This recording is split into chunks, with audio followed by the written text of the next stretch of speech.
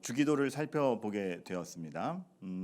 작년에 우리가 특별 새벽 기도회 때 살펴보았지만 그때는 이제 핵심 가치들만 좀 원포인트로 했던 것이고 자세히 살펴보고자 합니다. 그리고 여러분들이 이제 경험에 나아갈 것이지만 성경 말씀은 같은 구절을 또 보아도 그 상황에서 또 이렇게 우리에게 보여지는 바가 있고 또 하나님이 그때에 맞게 주시는 교훈점들이 있기 때문에 같은 본문을 반복하는 것은 절대 지루하지가 않습니다. 매년의 크리스마스, 매년의 성찬마다 비슷한 본문들을 보면서도 부요한 의미를 오히려 더 느끼게 되는 게 같은 의미라 생각이 됩니다. 그런 가운데 이제 정말 자세한 좀 낱낱의 의미에 대해서는 우리가 다음 주부터 알게 될 것 같고 오늘까지는 좀 이 기도를 알아보는 데 있어 전제 조건에 대해서 알아보고자 합니다. 왜냐하면 공관복음에 주기도가 이렇게 정식적으로 나오는 건 두 번입니다. 마태복음과 누가복음에 나옵니다.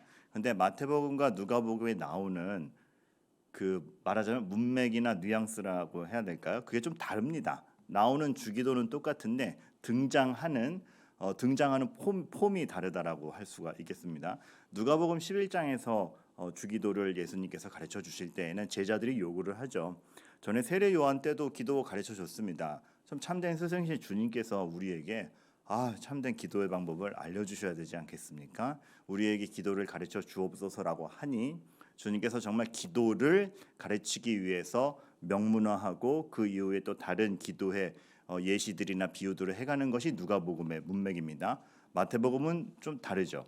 마태복음은 기도를 가르치려고 하다가 나오는 것이 아니라 하나님의 주님의 어떤 산상 설교 중에 나옵니다. 그것도 크게 보면 사실은 이 질문의 카테고리에 걸려 있습니다. 5장에서 너희 의가 서기관과 바리새인보다 더 낫지 못하면 안 된다. 그럼 그게 더 나은 의가 무엇입니까? 라고 했을 때 그 믿음, 천국을 복음이 무엇이냐를 논해 가면서 하나님 앞에서 우리가 누군가를 설명해 가는 그 와중에 이 기도가 나오는 것입니다. 똑같은 것이고 똑같은 해석이고 똑같은 본문입니다. 하지만 그 강조점이 좀 다르죠. 그래서 우리가 마태복음에서 주기도를 살펴볼 때는 기도 자체만이 아니라 좀 더 부유한 복음 자체가 무엇인지 하나님이 지금 우리에게 무엇을 요구하고 계신지를 전반적으로 볼 필요가 있습니다. 그래서 조금 이 뉘앙스가 달라지죠. 그런 가운데 우리가 참 얼마나 그 전체적인 시야를 가져야 하는지 하나님과 이렇게 시야를 같이 한다라는 게 얼마나 중요한지 또 하나님이 우리를 어떤 길로 초청하고 계신지를 좀 알 필요가 있는데요.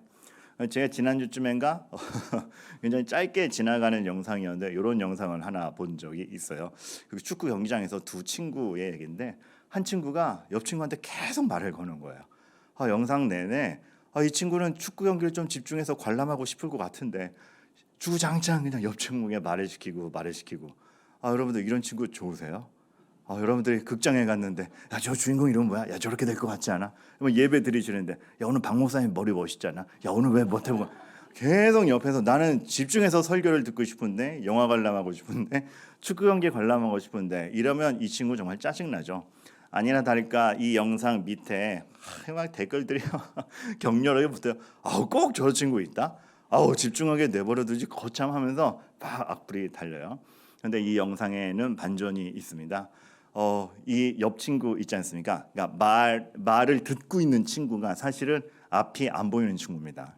앞이 안 보이는 친구인데 친구가 경기장으로 데려가서 딱 세워놓고 이 함성 소리를 막 들으면서 경기 내용을 계속 설명해 주는 겁니다. 우리 편이 이기고 있어. 우리 편이 공 놓쳤어. 맨 마지막 장면이 너무 훈훈하죠. 그 응원하던 팀이 이겨서 우리 팀이 이겼다. 그 듣고서 너무 행복해하는 모습으로 그 영상이 끝나요. 이거 알고 나면 가장 미안해지죠. 여러분들도 불과 지금 한 1분 전에 이 친구 둘의 모습 처음 봤을 때 옆 친구 보기만 해도 짜증났었죠. 근데 이 맥락을 알고 나니까 어떻습니까? 아이고 미안해집니다. 전체 맥락과 관계를 모르고 단편만 알 때 우리는 오해하기 쉽습니다. 그 단편만 가지고 우리가 모든 것을 판단해 갈 때에 우리는 쉽사리 비판하거나 쉽사리 짜증내기 낼 수 있습니다. 하지만 전체 맥락과 관계를 알 때 그 단편이 전혀 달라질 수 있다는 것이죠. 우리가 맛보는 인생은 단편입니다. 우리는 한 시대, 한 조건, 한 시점에서 살아가기 때문에 사실 우리가 파악할 수 있는 건 굉장히 단편이죠. 똑같은 실수를 합니다. 단편만 보다 보니까 오늘의 형편에서 이해되지 않는 건 당장 불평이나 짜증이나 의심이 되는데, 여기에서 하나님이 우리 인생을 계속 전체의 맥락과 하나님의 관계로 끌어당기시는 것이죠. 그래서 우리가 단편으로 모든 것을 판단하지 않고 단편에 치우치지 않도록 하나님이 뭘 해가고 싶으신지, 하나님이 뭘 진짜 하고 계신지, 그리고 하나님과 우리와의 관계가 무엇인지, 그 가운데 오늘이라는 하루가 주어져 있는지를 보게 하는 것, 그게 하나님께서 우리를 초청하시는 것이요, 하나님의 광대함 안에 우리가 믿음으로 동참한다라는 의미가 듭니다. 그래서 우리가 이 전전 본문에서 계속 쭉 보아가는 것이, 주님이 계속 집중적으로 얘기하는 것이 이거 아닙니까? 단편만 보지 마라. 그게 어떻게 표현됐습니까? 사람에게 보이려고. 지금 눈앞에 닥친 것에서 잘 보이려고 그러고 눈앞에 닥친 것에서만 사람에게 보이려고 하는 것, 그거 아니다. 하나님을 봐야 되고 하나님만 의식하며 살 수가 있느냐, 계속 그거에 대한 초청이었죠. 그리고 하나님이 우리를 위해서 무엇을 하는지를 아는 가운데 오늘의 행동 결정, 이것이 다르다라는 것을 지금 주님은 계속 보여주고 계신 겁니다. 그래서 6장에서 이 마태복음을 가르친 다음에 그 뒤에 나오는 말도 뭡니까? 공중의 새를 봐라. 야, 너네 상상이나 해봤냐? 저 새가 주인이 있냐? 키우는 사람이 있냐? 하나님이 돌보시니 너네가 단편으로 볼 때는 어떻게 먹고 살지? 싶은 공중 새도 산다. 하물며 너희일까 보냐. 이것이 쭉 나오는 것이죠. 여러분, 다시 한번 여러분과 제가 좀 이것에 집중하길 바랍니다. 우리가 예배를 하고 하나님의 말씀을 듣고 우리가 믿음을 갖는다라는 것은 단편에 치우치지 않고 하나님의 광대한 역사를 보고 그 역사의 이음새에 우리가 있다라는 것을 보는 것입니다. 그때 당장의 해석이 달라지고 당장의 마음가짐이 달라질 수 있다라는 건 우리가 알게 되는 것이죠. 한편으로는 이런 생각을 해봅니다. 그래서 이제 주님이 주기도를 가르쳐 주시는구나. 무엇부터? 하늘에 계신 우리 아버지부터 시작하시는구나인데, 그럼 기도를 이렇게 못 배웠던 구약 백성들은 어땠을까요? 아유, 기도를 막 자기 자의적으로 막 했을까요? 참 감사한 것은 성령의 감동 가운데 참 믿음으로 기도한 사람들의 맥락은 그 명문화된 기도문을 배우지 못했더라도 그 의미와 그 시야가 참 똑같습니다. 예를 들어 사무엘상 2장의 한나의 기도를 보면은 그것이 너무 여실하게 드러납니다. 사실 그 영상 기억나요? 지난주에 그 유치부 아이가 누구 존경해? 한나요. 왜? 기도하는 모습이 너무 멋져요. 무슨 기도했어? 애가 없어서 속상하다고 기도했어요. 딱 그거였죠. 사실 한나는 기도를 할 때 무슨 원대한 비전을 갖고 기도하지 않았습니다. 본인 서러움으로 기도를 했죠. 그런데 거기에 응답받고 나서 하나님께 감사를 할 때 한나가 기도를 하고 하나님의 역사를 체험했을 때 그 인생관이 확 바뀐 게 느껴집니다. 사무엘상 2장에서 좀 아이를 갖게 된 다음에 자신의 기도가 응답받은 다음에 그 기도가 시야가 확 달라지는 게 느껴지는 게, 예를 들어 이거죠. 심히 교만한 말을 다시 하지 말 것이며 오만한 말을 너희 입에서 내지 말지어다라는 기도를 합니다. 우리가 단편만 가지고 금방 불편하고 내가 다 아는 것처럼 했던 교만한 말 다시 못한다. 우리가 상상치 못했던 하나님의 손길과 역사가 이어지는 거 알 때 우리 감히 오만해질 수 없다. 내 생각이 전부다, 내 생각이 맞다라는 생각을 할 수 없다라는 걸 딱 기도로서 표출하게 되는 것이죠. 시야가 확 바뀝니다. 이러한 기도를 합니다. 이 말이 길어서 그렇지 이걸 요약하면 하늘에 계신 우리 아버지여인 것이죠. 밑에는 이런 말도 합니다. 여호와는 가난하게도 하시고 부하게도 하시며 낮추기도 하시고 높이기도 하시는 도다. 바울이랑 똑같죠. 빌립보서 4장에 바울의 고백이랑 똑같습니다. 부한데 처하나 그냥 비천한 데 처하나 그리스도 예수 안에서 모든 것이 가능한 걸 내가 믿는다.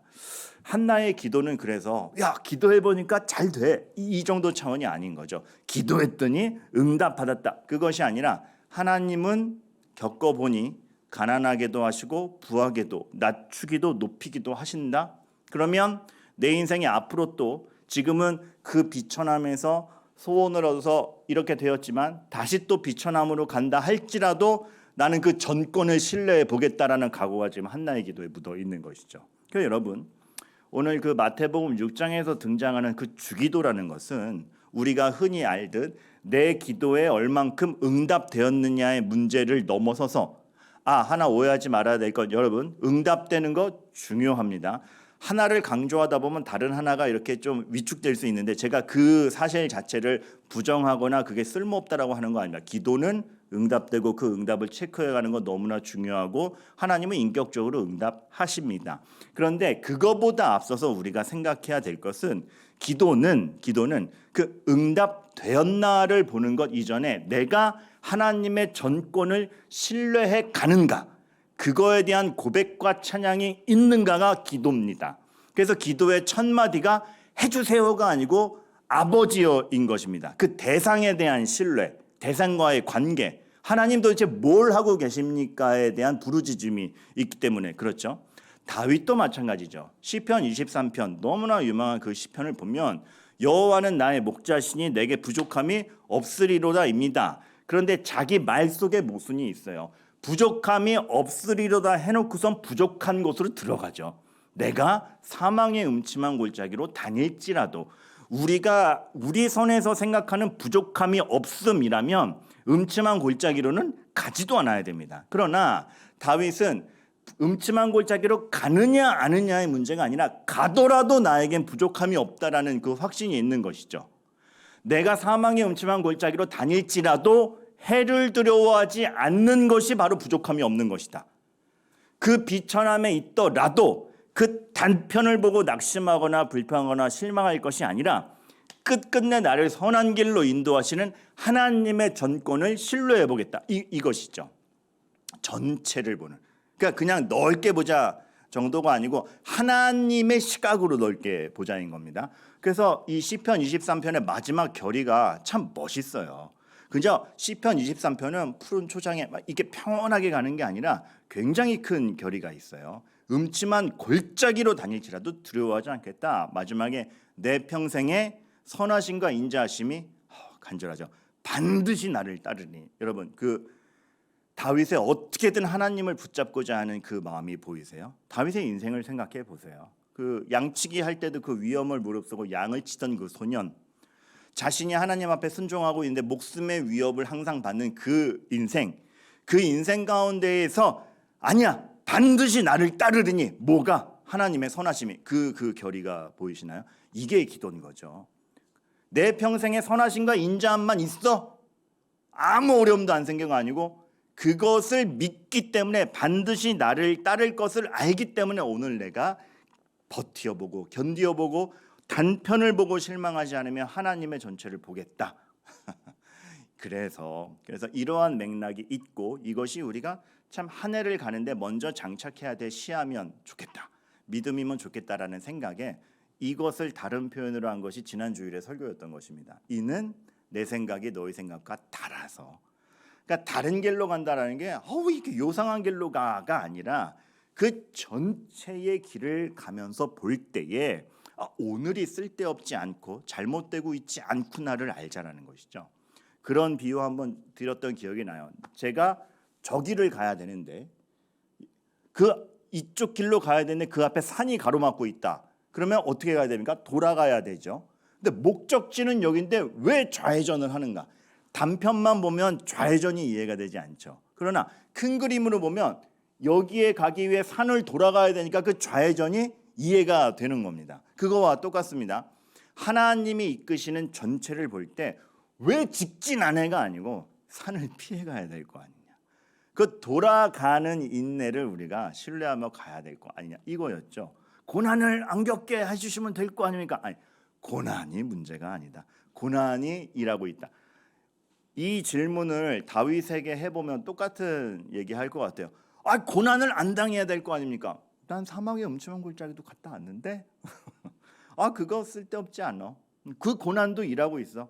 선하심과 인자하심이 반드시 나를 따를 거야. 그렇죠? 한나, 고난이 닥쳐지 말아, 비굴하면 닥치지도 말아야 될 거 아닙니까? 하나님은 비천하게도 하시고 부하게도 하시고, 나 그 정권을 믿는다. 그 고난이 일하고 있다. 전혀 다른 것이 이루어지고 있다를 얘기를 하는 건데, 그래서 우리가 기도를 함에 있어서 첫 번째가 그러므로 너희는 이렇게 기도하라.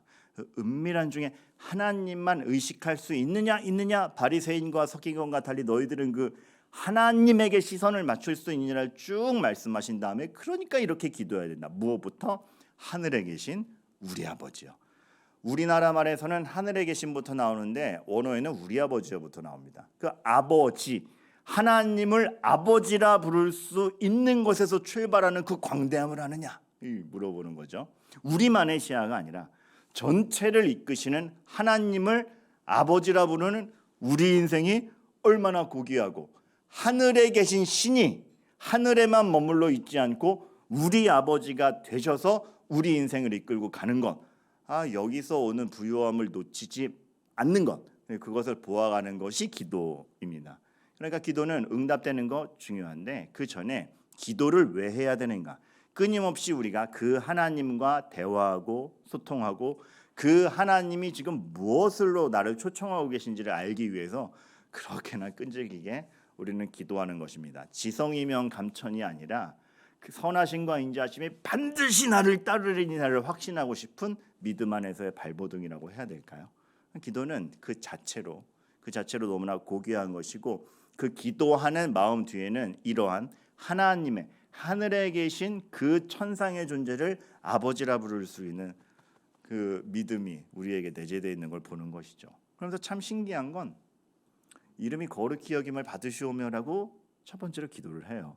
아니, 하나님이 우리가 거룩해지세요라고 권고할 대상입니까? 아니면 하나님이 우리가 하나님 좀 거룩하게 해주세요라고 빌어야 거룩해져요? 이거 참 이상하죠. 그러니까 이거는 사실 간구라기보다는 거룩에 대한 인정입니다.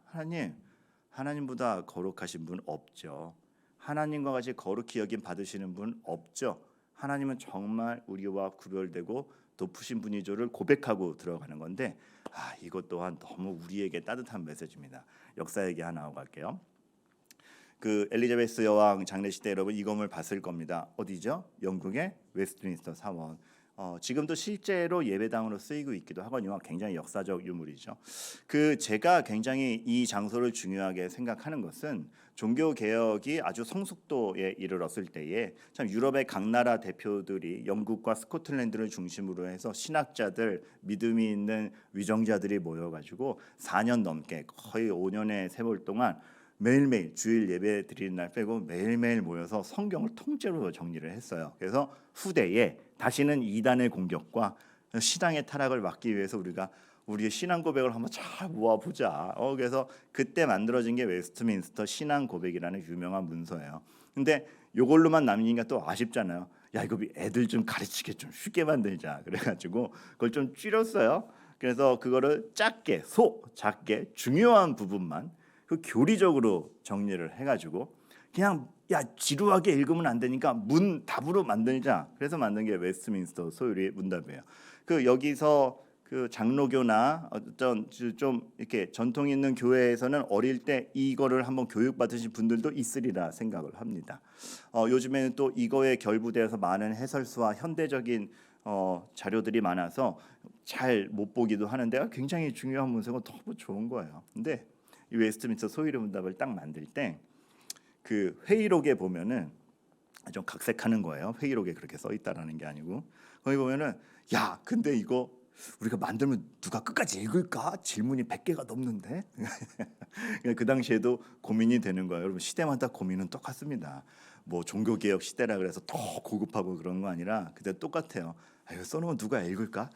그러니까 처음만 읽다가 말 사람들을 위해서 1번 문제가 중요한 거야. 1번 문제가. 그래서 1번 문제를 뭐로 할까를 굉장히 고민을 해요. 그러다가 딱 1번 문제로 만든 게 사람의 제일 되는 목적이 뭘까? 사람은 왜 사나? 그거였어요. 그거에 대한 답을 다 이렇게 적습니다. 하나님을 영화롭게 하는 것과 그를 영원토록 즐거워하는 것. 근데 여러분 이 말씀 딱 들으면 막 이렇게 거룩해지세요? 아니면 그래 결국 하나님만 높아지는 거지. 우리 다 희생해서 하나님 영광만 해야 되고 즐거운 것도 하나님만 즐거워야 돼. 나 하고 싶은 거 못해. 이런 생각이 드세요? 저는 맨 처음에 청소년 때 이걸 처음 봤는데 받자마자 야 이건 상명하복이구나. 기독교는 하나님 앞에서 상명하복의 구조구나. 하나님 영광 위에서 우리가 다 투신해야 되고 이제 내가 하고 싶은 거 못하는 거야. 이런 느낌이었어요. 네. 그게 아닌 거죠.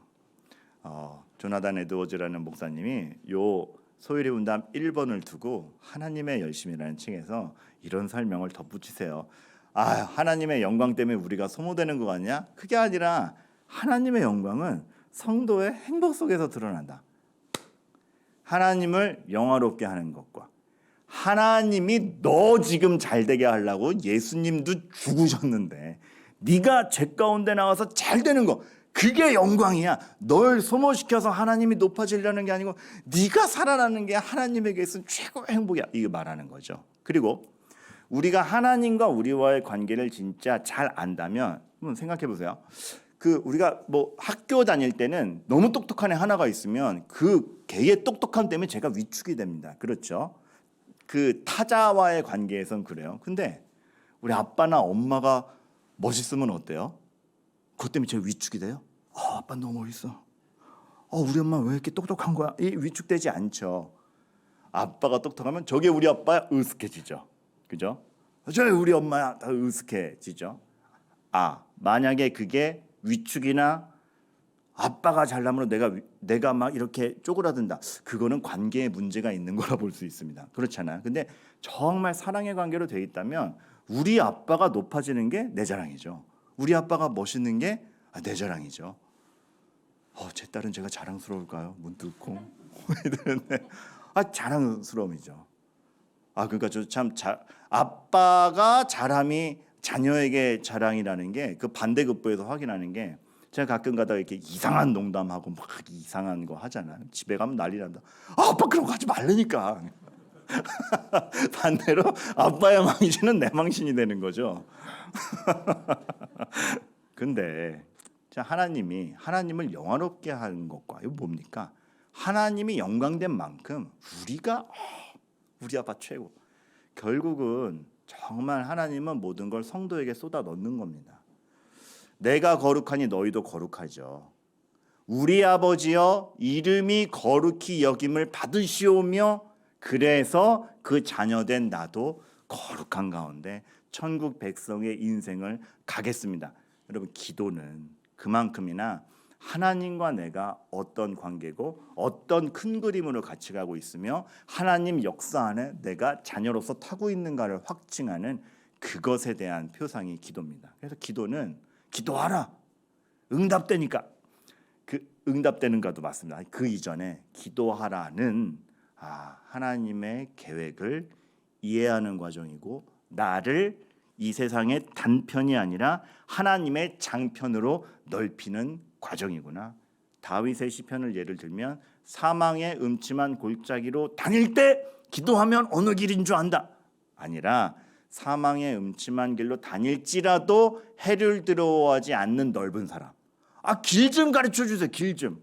이 단편에 치우치는 게 아니고 다닐지라도 해를 두려워하지 않을 것을 확신해가는 오늘의 행보를 결정하는 사람인 거죠. 그래서 바울은 그렇게도 우리 보고 인내하라 그랬나 봅니다. 그게 그냥 덮어놓고 참어가 아니고 정말 소망을 볼 줄 아는 사람, 하나님을 볼 줄 아는 사람은 인내를 하는 것이죠. 오늘의 삶에 있어서 한 발자국이 불평보다는 의심보다는 인내가 신뢰가 가는 거죠. 참 단편적인 저의 인생들을 돌아보면 기도할 때 참 끝까지 응답 안 되는 경우도 많아요. 일이 결국 해결이 안 되는 경우 많죠.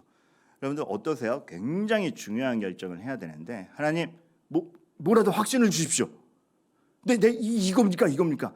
하나님 5분 남았습니다. 하나님 3분 전까지 하나님 아직 감이 안 옵니다. 1분 전까지. 근데 결국 시간 다 됐는데 아무 응답 없어서 그냥 그 자리에서 내 생각에 최선으로 결정하실 때 꽤 많죠. 왜 응답 안 하시나? 아니요, 여러분. 그 응답이 안 되는 게 아니라 참 저는 그런 경우도 많아요. 이거 해결 안 되면 저 되게 망신당하고 같이 있는 사람도 어려워져요. 근데 그 기도 안 들어주신 적도 있어요. 근데 그게 제 말에선 안 들어주신 거지만 지금 생각해 보면 일이 결국 안 돼서 민망하고 사과해야 되고 사과하면서 이렇게 비굴해도 되나? 라는 등등의 생각을 하면서 제가 만들어지는 거죠. 민망을 감수할 줄 아는 사람. 민망할 때 비겁하거나 거짓 증거하지 않고 사과할 줄 아는 사람이 되어가는 것. 거기서 10계명이 실천이 되더라고요. 이렇게 비굴해도 되나? 그래서 비굴은 무엇이며, 그렇기 때문에 무언가에 대해서 사과는 하지만 어느 선까지의 정당함을 갖추며, 그러나 하나님의 사람으로서의 품위는 잃지 않는 가운데 따져야 한다면 무엇을 따질 때 정당한가? 이 한 번의 경험이 굉장히 많이 하나님의 앞에서의 삶이 무엇인가를 생각하게 하는 것이죠. 기도 응답을 안 한 것이 아니라 뒤돌아보면 하나님께서는 모든 삶의 영역이 하나님의 이름과 믿음으로 설명되고 살게 되는 것인데, 그러고 있니? 기도하면서 큰 그림 보고 있었잖아. 기도하면서 내가 네 편인 거 알고 있었잖아. 그럼 그 민망한 순간에 그 민망함을 어떻게 돌파하는 게 믿음이니? 해봐라. 이게 되는 것입니다. 그러니까 기도는 응답해 주실 겁니다. 근데 응답 이전에 이러한 부분이 있는 거죠. 전권을 인정하며 하나님 앞에 서 있는 사람인가에 대한 확인. 그래서 공동체인 겁니다. 그걸 각계 전투하게 하지 않으셨고 같이 가도록. 그래서 예를 들어 다락방이 위로가 되는 이유가 그거 아닙니까? 집사님, 난 진짜 지난주에 나도 그래. 이것들 하나님 왜 그러실까? 그러게 말이야. 가만 보면 답 없는 대화가 오는 것 같은데 격려하며 기도하며 또 다른 하나님의 일들을 기대해 가는 건 우리에게 주신 하나님의 신비입니다. 여러분, 처음 그림으로 돌아갑니다. 꼭 저런 친구 있죠. 집중하게 내버려 두지 참. 단편만 보면 불평 나옵니다. 그런데 큰 그림을 볼 때 얼마나 아름다운 장면으로 바뀌어요. 하나님은 우리에게 너무 감사한 게 긴장되게 하지 않고 주님이 다시 오실 것이 나를 선언하셨어요. 그 어떤 영화에서처럼 해방될 줄 몰랐으니까 어떻게 될 줄 몰라서 결정을 못하는 게 아니라 하나님의 최종 승리를 선언하고 다시 오실 것을 약속하셨잖아요.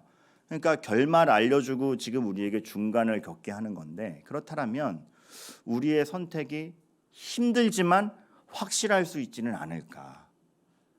의심이 있을 수 있겠지만 그 의심을 걷어줄 하나님이 계시면 또한 확신할 수 있지 않을까.